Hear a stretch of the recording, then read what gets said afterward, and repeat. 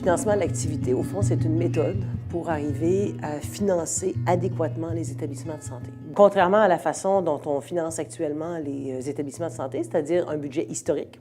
Alors, ce qu'on fait présentement, c'est qu'on établit combien a coûté, c'était quoi la dépense de chacun des établissements de santé sur la dernière année, et on reconduit ce budget-là avec une certaine indexation. Alors, le financement de l'activité vise à découper en morceaux chacun des épisodes de soins afin de connaître exactement le coût d'un patient dans une clientèle, dans un créneau très particulier. Le Québec veut se doter d'un système d'information qui va permettre de connaître la trajectoire des patients et les coûts associés, et d'avoir une connaissance de trajectoire qui va évoluer avec le temps dans les 3 prochaines années. Donc, dans la première année, c'est de connaître les coûts de toute la clientèle de chirurgie au Québec, donc les coûts, les trajectoires et les variations de pratique avant l'opération, pendant l'opération, le séjour hospitalier et après l'opération. Et après, on va ajouter une autre couche, qui est d'avoir tous les coûts des activités cliniques dans l'hôpital, le CLSC, des soins à domicile. Et ensuite, on va, dans l'horizon de 2 ans à 3 ans, d'ici après, on va ajouter tout le coût des parcours des gens qui utilisent les services de ressources intermédiaires. D'arriver à connaître des bonnes trajectoires, demander à des experts de nous dire c'est quoi les bonnes trajectoires de soins et de financer sur cette base-là les établissements.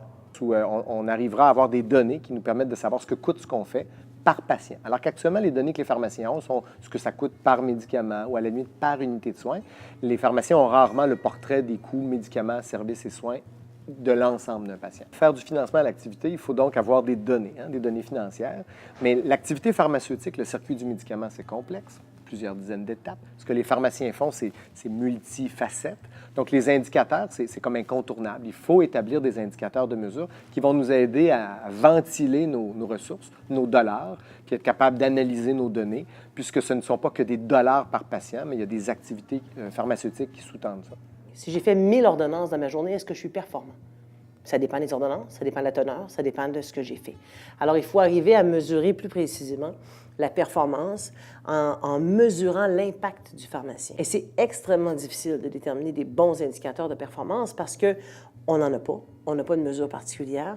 On n'a même pas, en fait, une fonction qui est typée dans chacune des activités. On n'a pas de guide de pratique qui font en sorte qu'on s'assure que le pharmacien, en fait, qui est dans un même secteur de soins, fait la même chose d'un endroit à l'autre. L'APES, présentement, travaille à essayer d'en trouver une quinzaine qui vont parler, qui vont permettre de définir la performance des départements de pharmacie, mais surtout de démontrer que les pharmaciens ont une valeur ajoutée dans le processus de soins.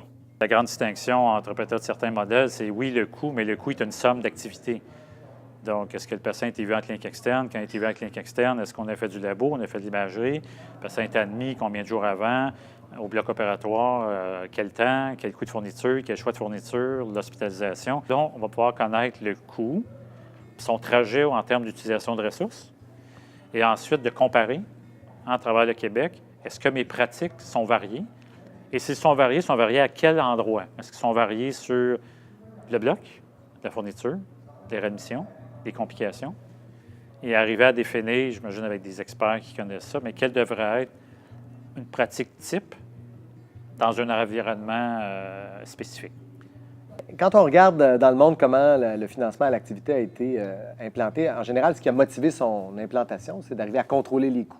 Donc, ça s'accompagne en général, ce n'est pas un changement de financement seulement pour effectuer un changement, c'est dans la perspective de contrôler les coûts. Ça s'accompagne donc souvent d'une réduction du financement. Donc, à ce chapitre-là, ça peut constituer une menace et ça peut nous empêcher d'offrir la gamme des services et des soins qu'on offrait avant. Les pays qui ont fait ce type de virage-là, il y a plusieurs avantages. Le premier avantage, c'est de savoir exactement ce qu'on fait avec l'argent et de savoir en détail ce qu'on fait avec l'argent. Donc, c'est quoi les choix que l'on fait? Donc, si je prends un chiffre, là, je mets un chiffre rond. Là, ça me coûte 10 000 pour faire une activité. Puis si je compare 8 établissements, puis je prends 8 établissements qui ont même 10 000 mais peut-être que dans le 10 000 il y en a un qui dépense 35 en services administratifs, puis l'autre 15. J'ai déjà quelque chose qui m'enligne sur des variations de pratiques cliniques ou administratives. Puis je rentre dans le 10 000 mais peut-être j'en ai un qui prend des médicaments différemment, qui ont l'air à coûter plus cher, puis qui n'ont pas l'air à donner de meilleurs résultats, ou inversement.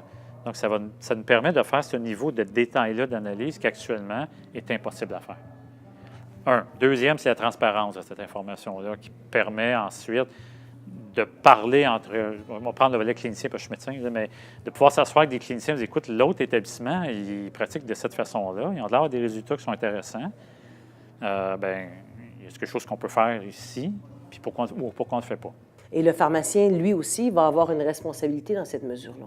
Parce que si, en bout de piste, on est financé à l'activité, si le ministère de la Santé porte son projet à terme, puis on a toutes les raisons de le croire, les établissements vont donc recevoir leur financement sur la base d'un coût précis qui inclut un certain temps de ressources humaines pour les pharmaciens. Si ce temps-là n'a pas été bien documenté, si ce n'est pas le bon temps, si c'est un ratio tellement faible que finalement on n'arrive pas à donner des soins, bien, ce sont les pharmaciens ultimement qui vont être pénalisés parce qu'on n'arrivera pas à maintenir tous les pharmaciens à l'emploi. Si tu arrives à faire à l'intérieur du tarif l'activité complète, soigner le patient, offrir l'antibiothérapie, prévenir l'effet indésirable, bien, on va te considérer performant puisque tu atteins le financement qui est attendu. Si même tu réussis à le faire à moins du financement, on va considérer que tu es même plus performant encore que le tarif, alors que si tu dépasses, on va considérer que tu n'atteins pas la cible. Mais si le tarif qui est établi est inexact, est inadapté, ne correspond pas aux standards d'excellence qu'on vise en 2016, à ce moment-là, ce qui pourrait être vu comme étant performant d'un point de vue financier pourrait être à la limite risqué pour la qualité des soins. Donc, la performance est associée au financement à l'activité dans la mesure où les tarifs correspondent à des soins de qualité. Les cliniciens, puis évidemment incluant les pharmaciens, entre autres, doivent être activement impliqués. La définition des bonnes pratiques, ça appartient avec les gens qui ont des connaissances.